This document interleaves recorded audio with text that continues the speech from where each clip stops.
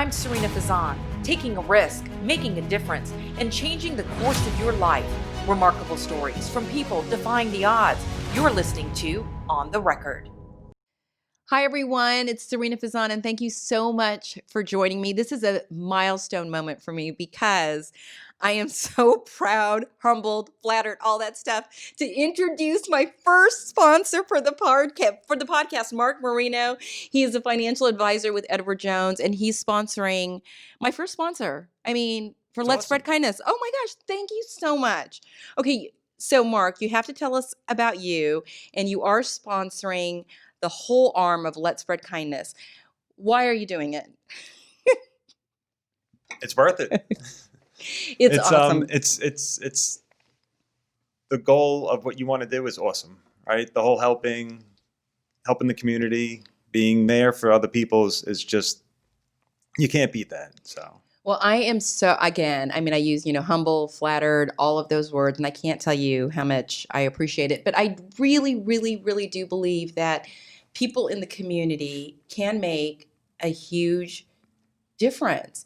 So speaking of spreading kindness and Let's Spread Kindness, tell us a bit about what you want to do. Specifically, you want to build a playground. Yes. Can you tell us about that? Absolutely. It's a park, and it's located on Clark and South Tampa between Watrous and Jatan. I'm not the only one working on this. There's a lot of good people working really, really hard as we speak, trying to get this park built.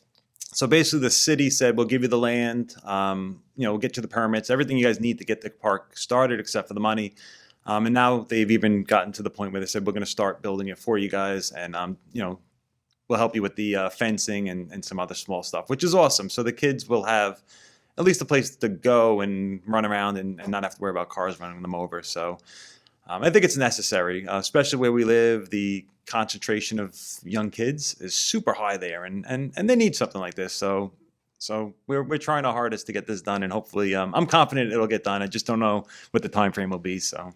Well, to give people some background, you and your wife have an adorable little boy named Leo, and you moved here from New York. Correct. Right? Yep. So how long ago did you move to Tampa? Roughly 2 years ago. So when did you notice that there was a need for a park in your neighborhood?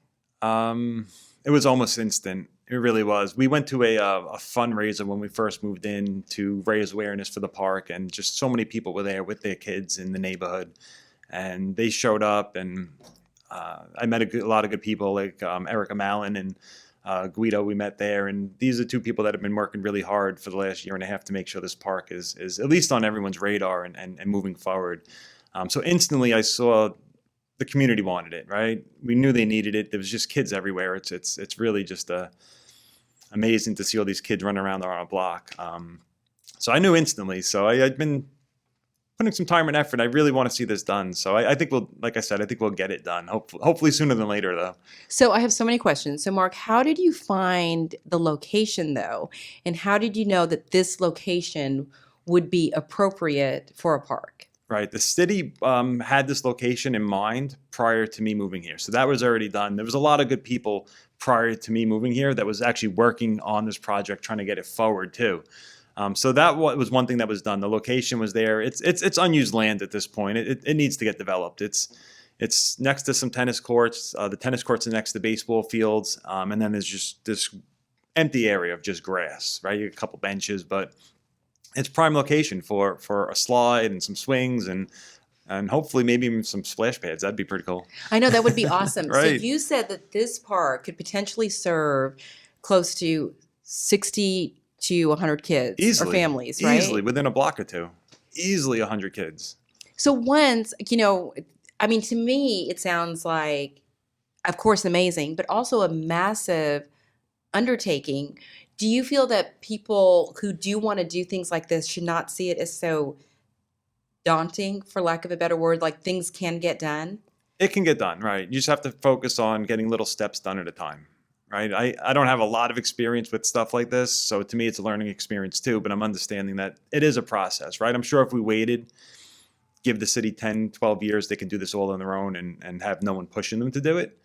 But we want it now. We wanted it last year. We wanted it done, and so we're kind of trying to move those steps a little bit further, quicker. But yeah, just little steps at a time. Just raise awareness. Contact the right people. Just keep pushing and keep trying to get in front of many people as possible. And that's what we're doing now. Yeah, so I was going to ask you that. So how do you do that? Do you cold call on the phone, or how have you been doing it? A little bit of everything. I did a lot of calling to, in this instance, the home builders that are in the area, just reaching out to them, asking them if they wanted to donate. And Marc Jordan over at Sunset Properties was the first one to jump up and say, I'm willing to help you guys. And that was awesome. And the local businesses like Kawa, there's a lot of businesses in that area on Henderson and the corner of Mabry there that they were all super helpful. They, 18 Bagels donated bagels for us and let us sell them and keep the profits for the park, not for us, for the park. Mm-hmm. So it was a lot of just cold calling, just calling people that we never knew and getting in front of them. So you were leading the effort. I know you're very humble and modest and said there's a lot of people that are helping you. I'm not going to say I'm leading. You're not leading, but was this your idea though? Like, was this your idea to do it? No, the idea was there, right? It's always been there for years. I don't know how many years we can go back. I've been in Tampa for about a year, 2 years or so. The idea has always been there. A lot of good people worked on this prior to me, and I'm not going to say I'm taking the lead on it, but I'll definitely say I'm putting some effort into it. And there's a lot of good people out there working really hard for this, and it's a team thing. It's not a Marc thing, obviously. He's so humble and so modest. But let me ask you this too: we are living in an unprecedented time right now with the coronavirus crisis. Do you feel that kids need a park now more than ever? That it's more important to be outside, or how do you feel about that? I see. Yeah, I mean, we can have two people argue that case, right? We can have some people say, listen, these kids shouldn't be near each other. The park's a dumb idea because you can have kids all over each other. And then you can have other people say, listen, they should be outdoors. So that's all going to be an opinion. I look at it as the cars drive really fast in this neighborhood. That's one issue I have. That's why I think the park is so important. They speed a lot. There's a lot of distracted and reckless driving, and the kids need a place to play. And they need a place to be able to go and not have to worry about getting run over by a car. And that's really what a big portion of this for me is. But yeah, it'd be great. I'm all for the kids being out there and playing. I'm involved with the Little League. I think the Little League's awesome. These kids are out there making friends, playing on a team, just getting together and having some fun, I think, is the most important thing. So yes, I would agree with that, but it is my opinion that the park is necessary for these kids to play around. You brought up a point though that I am very interested in, because as a journalist, I did do a lot of stories about like traffic patterns, and sadly, Florida sees, especially Hillsborough County, we see a lot of pedestrian accidents, more so than other parts of the country. Since you came here from New York, did you notice that as well? I do. The driving, I feel like, in my opinion, I hope no one in Tampa gets mad at me about this, but I feel like the whole city should go back to driver's ed. It's a lot of, I don't know, it's a lot of speeding to red lights I see, and we're trying to cross those red lights, so it's kind of it gets a little scary sometimes. But there's bad drivers everywhere. I just feel like we have an excess amount of them in our neighborhood for some reason. I don't know why that is. And I spent my whole life in New York, walking around the city or in Long Island, and the drivers, they're a little bit more of a controlled crazy, right? I mean, they're not going to crash into you, but they drive a little fast up there. Here, I just feel like it's a little, I don't know. No, I've noticed it too, honestly. I mean, we did, numerous stories. In fact, Florida has among the highest insurance rates in the entire country. And counties that we live in, like Hillsborough, Pinellas, Pasco, I mean, even higher insurance rates because of all these pedestrian accidents. I pay higher insurance here than I did back when I was living in New York. I couldn't believe it. The only thing that went up for me was the insurance rates. I was like, I couldn't believe it. I was like, how is that even possible? I know, and you wouldn't think so. You wouldn't think so, right? So I know the playground is such a big deal, but beyond the playground, you and your wife do so much for your community. Like, tell us about the mailboxes, the little libraries. The library boxes, right. So tell us about that, and tell us about these benches that you're making. The benches are awesome. We just dropped one off at the school on Saturday for my son, Leo, his kindergarten class. I love that name, by the way, Leo. But he's a sweet boy. He's a sweet boy. But yeah, we like doing stuff like that. And we get that feeling from just being in the area, right? When we moved down to Florida, we traveled around. We stopped in Dunedin, Clearwater. We looked around Palm Harbor, Riverview, all beautiful places, right? We loved them all. We thought they were really nice.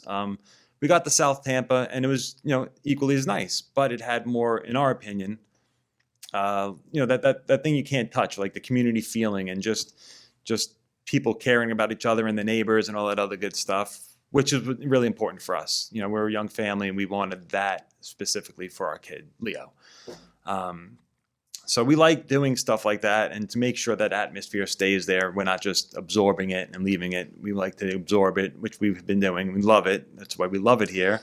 But also to put some back out there, and that's why the idea about the library boxes and the benches are fun for us, because it's something I could do with Leo too, right? I mean, yes. I can give him a little paintbrush and tell him, go ahead, paint that whole thing white, and usually half the floor is white and there's a little on the bench, but it's just our way of showing appreciation for what we hear taking. How do you find these, because I love seeing those outdoor little libraries. I mean, Okay. You walk about, how do you find them? Do you find them on Amazon or where do You you can find buy them on Amazon.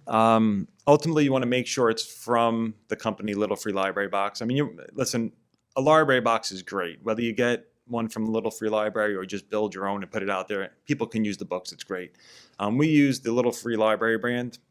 It comes with, aside from the plaque, you can register it online. There's a global map, and people can put their zip code in. Oh. And it'll show them where all the library boxes are in that area. So you could see, all right, there's one on this block, there's one a couple blocks away, and it'll even specify this one might be specific for children. This might be an adult box. So we can register it on there, and it just keeps it more official. And it's nice because the people that are making these boxes too, if you're buying it from the Little Free Library Box, from what I understand, they're Amish, and that's awesome as well too. So yeah, that's fantastic. I'm learning. What I love about life is you learn something new every single day. So I didn't even realize that these boxes, as you were talking about, are specific, like for children or neighborhoods for adults. I mean, Right. that's fantastic. Right. So why do you feel spreading kindness, though, is what you're doing constantly? Why do you feel that is so important? It's like a smile, right? You do it, see, you smiled, and then I want to smile. So when you smile, it creates another one. So hopefully when you do something nice, it creates another person to do something equally as nice. That's the whole goal, right? To create a better place where we live, specifically your community, because you have to spend your whole life in this community, right? You can be a good person, you can be a bad person. Just, I feel like, be the best you can. And you also want to teach the little ones. I want Leo to see, this is the right thing to do, right? You're going to help people that don't have a book. We're going to help people that, maybe don't have a library box in the neighborhood. So it's all about just, showing him the right thing to do, because that's most important, right? We're going to be gone soon. The younger ones are the ones that take over. So it's all about just trying to do the right thing. So before we go to a break, do you feel that anybody can spread kindness? Yes. So we're going to talk about that, though, too. Like when we come back, I do, too. I mean, I feel everybody can spread kindness. We can Right. always spread kindness with a smile.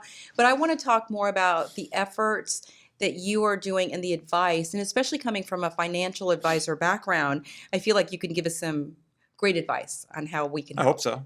I know you can. Okay, we'll be right back, guys. Stay with us. This podcast is brought to you by Autism Shifts. Kind of used to seeing autism through, the lens of its challenges, everything that's hard about it. And what we've been able to do through our program, and me as a mom, I've been able to shift that perspective and start looking at the whole diagnosis differently. And when I do, I can see the capabilities, I can see the possibilities for our community. And really, that's the opportunity we have, is to help people within our community see that. For more information, visit autismshifts.org. Hi, guys. Welcome back to On the Record. I'm here with Marc Marino, a financial advisor with Edward Jones, but also the first sponsor of our podcast. I'm so excited. And he's sponsoring Let's Spread Kindness. And he's shown he spreads kindness, every single day. Marc, thank you so much again for being here. So let me ask you, though.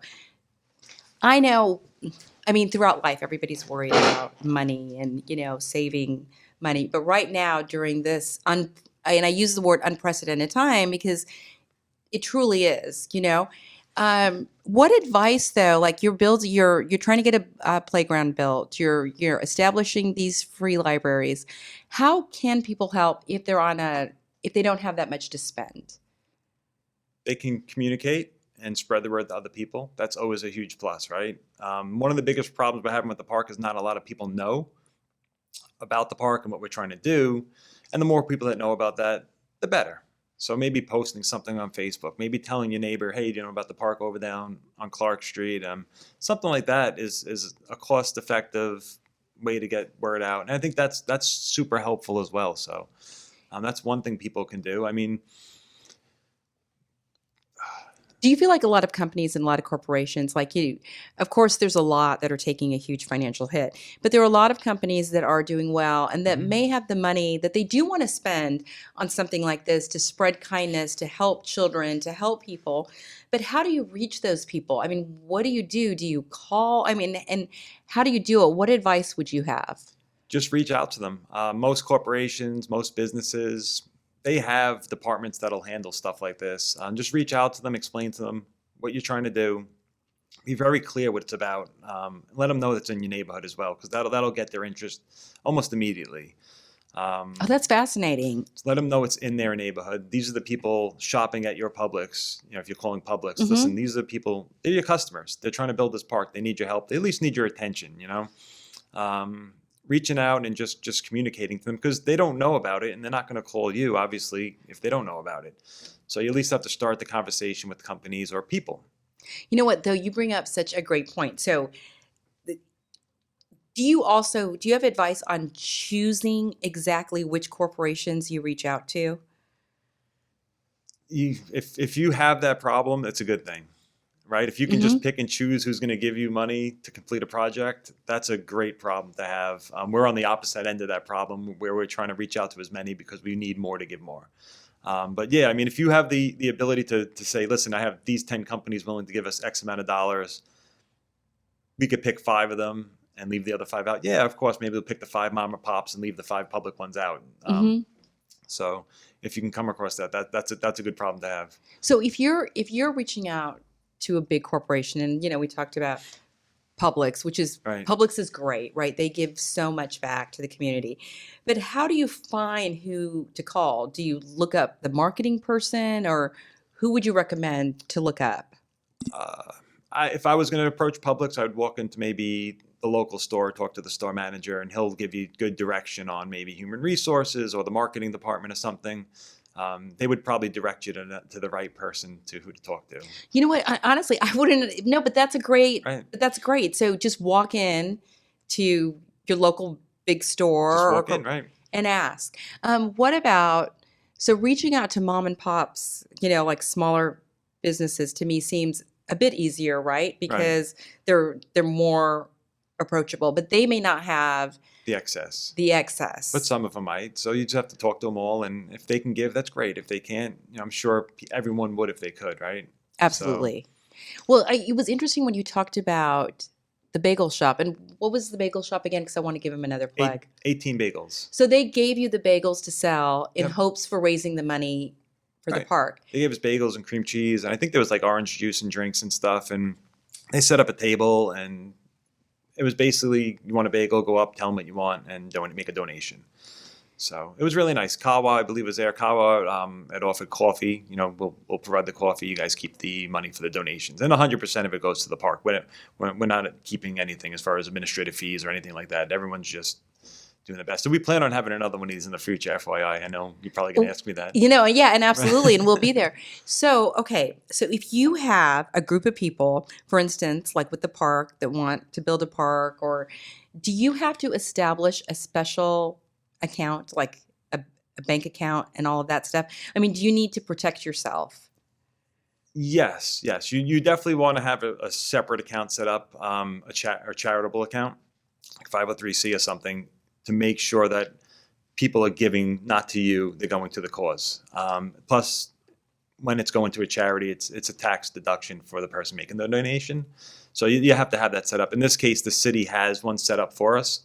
I believe it's the Friends of Tampa is the name of the website. Friends of Tampa, we have to remember that and put it in this article too. Okay. So that's a charitable donation. If someone wants to donate money to us, we can give them the link to the website and they can just make the donation online. So we're not taking money from anyone per se, except for that fundraiser that day. We collected some money. So what about all these GoFundMe accounts? GoFundMes. Yeah, are those safe accounts? Like, are those safe accounts to establish and to protect individuals financially as well? I would think so. We have not used one of those. I know the name, obviously, it's pretty common. Mhm. So I would think it's pretty safe. But as far as advising someone on whether they should do that, I don't know. That's Got a good it. question. You got me on that one. No. But Right. I appreciate your advice on this. But because would you say, but just in general, you have to have a specific account if you're doing anything Yes. charitable. You can't have it written out, a check written out to Marc Marino. That's just insane. I wouldn't write a check out to Marc Marino. As trustworthy as I am, I wouldn't write it out to any personal person. Mhm. It has to be written out to the charity and a nonprofit. And then you have to know how much of that money is going to the charity, right? You want to make sure that it's not 50-50 or something like that. Like 50 goes to the park and 50 goes to the people trying to raise money for the park. So we're at 100%. Everything that's donated goes right to the park, which I think is really important. Very, very important. But Marc, okay, so how do you find things like that out, though? Do you Just ask. just ask? Just Okay. ask, right? Just Just ask ask. how much of this money is going to go to the park. If I give you $1, how much do you take and put towards the park, or whatever the cause is? I mean, it's something you just always have to ask. I mean, it's pretty important. Okay, so you bring up a great point. So that's an important question to ask. Are there any other questions that you feel are important that Sure. people should be asking? So what should be asked? Sure. The good question is, if the park's not built, what happens to my donation? Right? Right. Someone gives money and the park doesn't get completed, what happens to the money? That gets pretty common for us. What does You have happen? a couple options. You can put it towards another cause. From what I understand, that still to this day you can have the money back. So, but I'll double check that. I don't know if that's changed recently. Okay. But you want to make sure you know what happens if the thing's not completed, or can the money be used elsewhere? I mean, because it might go to a cause you don't believe in, right? I mean, Right. So is there anything else that we should be asking? Or I are think those that's it. those are the Those two pretty main important, questions? right? I'd want to know those two things. I'm sure there's something else someone else might say. He's forgetting something important, but let us know, because I forgot. No, but I love this because coming from your background, though, as a financial advisor and being an expert in money matters, I think these are great questions. And sometimes I feel sometimes people are hesitant, to ask questions. Would you encourage people, though, to ask? As many as possible. If someone does not want to answer a question, there's a difference, right, between not being able to answer it and not wanting to answer it. So if they don't want to answer those questions, I'd walk. Right? I'm like, all right, you don't want to tell me where the money's going if something goes wrong or whatever it could be. That's one thing. But if you just say, listen, I don't know, I'll find out for you, that's acceptable. But yeah, I mean, you have to know. At least, some people don't care. Maybe they'll just write a check for $10 and walk away. But if you're making big donations, I think those are questions you should have answers to. Right, absolutely. Okay, so I don't mean to put you on the spot about this, but I know you do a lot of charitable work. Like here at our team at Sky and Sarina Fazan Media, or SFM, we do get a lot of requests, to do Facebook Lives, charitable events, and I'm more than happy to do it, and we Okay. love doing it.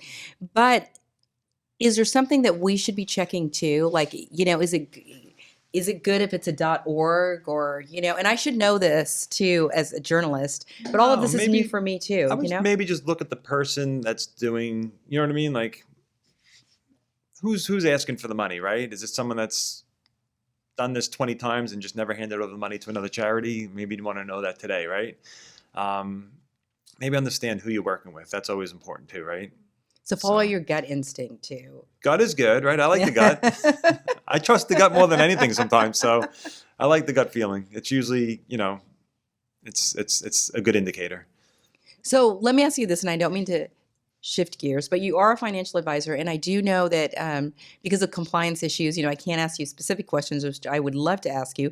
But during this climate, and I know a lot of people do want to give, but what advice would you have just in general for people? I mean, people are so nervous right now with everything happening. So what advice would you have for people? Right. If you're an investor right now, number one, you should have a plan. End of story. You should have an investment plan that's till the day you retire, right? Just stick to that plan. It's only, it's an election's only 4 years. So regardless of who gets elected, it's only 4 years. So if you're 30 years old, if you're 40 years old, it's only 4 years. You should have a long-term investment plan. And my advice is just stick to that plan. It's simple. Stick to your long-term plan. History has shown us that it doesn't matter who's elected, a Republican, a Democrat. It's almost irrelevant, right? It's one of those things where the market is the market, and who's in the office, it's not going to make a difference. So just stick to your plan. That's short-term noise. Just don't pay attention to it. Just focus on the important stuff. No, Or let your advisor worry about it. You know what? Okay. You know what? No, I really, again, I think you bring up a great point, because I do think people are, and I have Matthew over there who is, one of our interns who, of course, I'm posting about all the time, and he's shaking his head. Yes, because I do think people get, with an election coming up, people get so nervous and so scared, but Right. you're saying just It's a non-event. Right? Okay. Think of it like this. If something that happens in 6 months is affecting what you're invested in, you should not be invested. If you have a 6-month outlook on your investments, you shouldn't have anything invested at that point. You should have that money in like a money market account, maybe a CD or something like that, right? You shouldn't have stocks that can go up and down with a 6-month time frame. So our advice is always, listen, just stick to the plan. When people come into our office, we sit them down and we build a plan for them. Not a 1-year plan, not a 5-year plan, a lifetime plan. And that's it. During that time, we're going to have ups and downs. We're going to have good and bad. But as long as we stick to that plan, we'll be okay. And that's all we tell people. And it's the truth. Don't worry about the election. No, I really If you're love worried this about advice. other reasons, just don't worry investment-wise, right? If you have other concerns about the election, that's fine. You can concern yourself that way. But as far as what you're invested in, it should be irrelevant at that point. So, And then I also really appreciated what you said. Let your advisor worry about Right. that, right? right. Do you advise that people get an advisor? I mean, believe me, I never thought I should have, I didn't know, oh, should I have an advisor? Should I not have an advisor? But it really does lift a lot of worry. Well, it's not, I always tell people, it's not rocket science, right? It's not something only advisors can do, and it's not something, you can be an advisor. Matthew can be an advisor. You guys are all smart people. If you put your mind to it, you could be an advisor as well, and you'll be great at it, just like you're great at what you do now. Thank But you could be great at trading or investing your own money, yes. But if you have a family and something happens to you, who's going to be the person that backs you up? That's where the advisory firm takes over, right? We're good at what we do. We're there in case something happens to you, and we're always watching over this stuff. That's our advice to why you should use an advisor. Not because we can do it better than you and we can tell you to buy a stock before you could buy it. That's not true. You can do just as good as us, but why would you want to? Why would you want to sit there and do something that we can do and not have to worry about it? If something happens to you, but your spouse doesn't know how to do all those investments, what happens if you pass? Now you're leaving Absolutely. someone out to go find an advisor. You got to hope that they find a good one. So that's our advice to people. Just work with an advisor. It's not, we do a lot more than just pick stocks for people. That's barely what we do, is what I always like to say. Well, you've given us a lot of great advice. Okay, so as we wrap this up, what is the website again for people who want to help with the park? Oh, that is What was right. it? It's the Friends of Tampa website. It's the 503C website. I have to get you the exact link for it. I have it on my email, but maybe we could post it afterwards. We are for sure going to post it. Okay. So all of this will be posted. And Perfect. also, if people want to find you, what is the best way to find you? Facebook, LinkedIn. Google my name into Google. Any of those will come up with my office. So. Well, we're really excited to have you. And the whole team is going to, so our next up with Marc is after this podcast in the month of November, which is right around the corner, we're going to go and do a That's gonna be live, fun, right? yes, at the playground. I'll see if I can get the kids to come along too and hang out, and we got all the little ones around, That will be awesome. right? So we thank you on so many levels, on a personal level again, this is a milestone moment for me as a journalist. So thank you so much for being on the podcast. And we're so excited to share your journey about getting this playground built and all the other things that you do with the library. So guys, thanks so much for watching. Follow Marc Marino. And is it Marino? That's right, Mark with a C. With a C. Marc with a C. You always ask if it's Oh, common spelling or not. You do, right? And of course, you can follow me on all of my social media platforms. Thank you so much. We always appreciate the support. Thanks for watching.